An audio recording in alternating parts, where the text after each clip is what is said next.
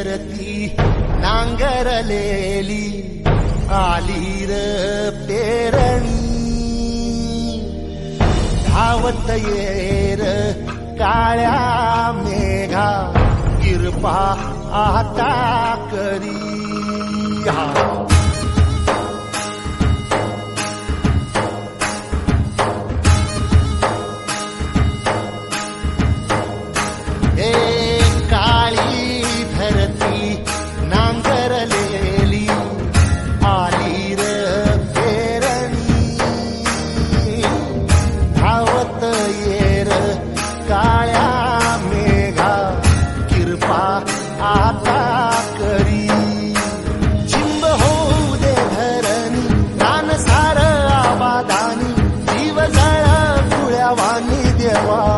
कृपा करी धावत येर काया मेघा कृपा आता करी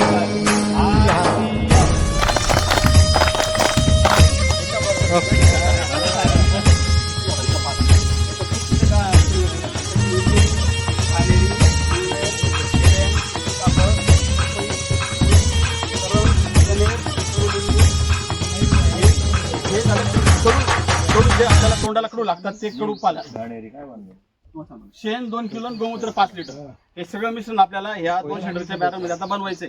आता याच्यामध्ये काय काय पाला बघा आपल्याकडे हा कुठला पाला आहे आता 1 नंबरचा करोटा. त्याच्यावर कुठला पाला आहे तो हा रुई बघा हे रुई हा पपई सीताफळ लिंब आर्नी म्हणजे गुळवेल हा इकडे गुळवेल. तर एवढं आपल्याकडे आता मिश्रण आहे आणि याच्यामध्ये गोमूत्र हे शेण आता हे सगळं मिश्रण आपण बारीक करून म्हणजे 2-2 किलो आपल्याला प्रमाण घ्यायचं याचं 200 लिटर पाण्यामध्ये 2-2 किलो हे ज्यावेळेस तयार झालं औषध तुमचं वर्षभराचं औषध तयार आहे वर्षभराचं. आणि आपण फवारणीसाठी किती वेळा कृषी जातो आणि याच्यामुळे काय होतं की आपले जे मित्र कीटक आहेत यांना त्रास होतो. आणि बघा आता आपण फवारणी ज्यावेळेस करतो किंवा जसं आता सरांनी सांगितलं की आपला वावर आपल्या शेतामध्ये पाहिजे ज्यावेळेस तुम्ही वावर शेतामध्ये वाढवाल त्यावेळेस तुम्हाला समजेल की आपल्या मित्रकडे किती शत्रूकडे किती याच्यामध्ये तर तेही आपल्याला ओळखणं गरजेचं आहे. वातावरणामध्ये जर 100% कीटक असतील किंवा 100 कीटक असतील त्यातले 90 आपले मित्र कीटक आहेत किती आणि शत्रूकडे किती आहेत मग 10% शत्रू कीटकासाठी आपण किती खर्च करतो फवारणीचा किती खर्च करतो कारण आपल्याला माहितीच नाही आपले मित्र कुठले शत्रू कुठले.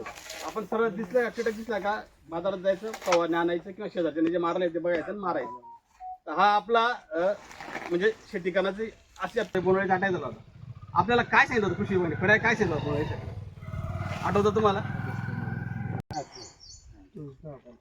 तो पाला तुम्ही वापरायचा कडू लागेल. बऱ्याच ठिकाणी आपल्या घरामध्ये ते याच्या कनेरची झाडं लावलेली कनेर सीताफळ आहे पपईचा पाला आहे आणि याच्यामध्ये यांनी सांगितलं की हे 2-2 किलो सगळे पाला घ्यायचा आहे.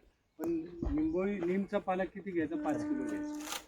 नीमचा पाला 5. याच्यामध्ये तुम्ही मिरच्या सुद्धा ठेचून टाकू शकता. याच्यामध्ये तुम्ही लसूण सुद्धा ठेचून टाकू शकता. याच्यामध्ये तंबाखू टाकू नये कारण तंबाखू आपल्या ऑर्गॅनिकमध्ये नाही चालत. पण आलं ठेचून तुम्ही टाकू शकता. पण याचा तुम्ही बाजारभाव बघा नाही तर ते असेल 20 रुपये किलो आणि मग तुम्ही ते ठेचून आणि टाकून राहील असं नका बा प्रकारचा. आणि त्याच्यामध्ये नीमचा पाला हे असं तुम्हाला याच्यात टाकायचं 200 लिटर ड्रममध्ये. त्याच्यामध्ये 20 किलो शेणखत आहे आणि 5 लिटर तुमचं गोमूत्र आहे. बरोबर आहे गोमूत्र आणि शेण. त्यामुळे माझं काय म्हणणं आहे ज्या तुम्हाला एखादी गाय पाळता येत नाही तुमचं तिथं गाईचं कोण करेल ते बच्चाचं कोण करेल एक भाकड गाय घेऊन तुम्हाला फक्त तिला बांधावर चारायचं. प्रत्येकाकडे शेती आहे ती तुम्हाला शेण आणि गोमूत्र तर देणारच पण गावरानी पाहिजे असं काही नाही. तुम्हाला राहिली गावरानी तर गावरानी घ्या म्हैस राहिली तरी चालेल पण तुम्हाला शेण हे आणि गोमूत्र सगळीकडे लागेलच तुम्हाला. गाय हे बघा आपण काय म्हणतो गाईच्या पोटात किती देव आहेत 33 कोटी देव आहेत. तर ते 33 कोटी देव नसून त्या प्रकारचे जीवाणू आहेत त्या गाईच्या पोटात जे आपल्या जमिनीमध्ये पाहिजे आणि हे जीवाणू आपली जमीन सजीव करते. ही जमीन करते त्यासाठी तुम्ही भाकड गाय जरी आणली ती तुम्हाला गोमूत्र आणि शेण तर देणारच आहे. 2 टाइम फक्त तिला खाऊ घाला बाकी काहीच करायचं नाही. गावात काही असं कोणाला 10-20 कोणी रुपये दिले, देतं, 10-20 दिलं, रुपये देतं. दिले ना सहज कोणी पण 5 लिटर आणून देईल. हे हा ड्रम त्यांना विचार इथं राहू द्यायचा आहे का?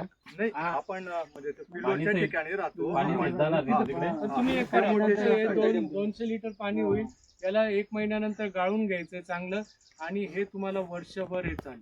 तुमचा हरभरा असो, तुमचा गहू असो, तुमचा भाजीपाला असो, तुमचा मावा असो, तुमची आळी असो, बोंडाळीचा कोणत्याही प्रकारचं तुम्हाला महिनाभरात तर ते आळ्यांवर येणारच आहे. त्यामुळे ते तुम्हाला ते औषध लागणारच आहे. त्यामुळे हे करा. आणि मी काय म्हणतो, हे काळी धरती नांगरलेली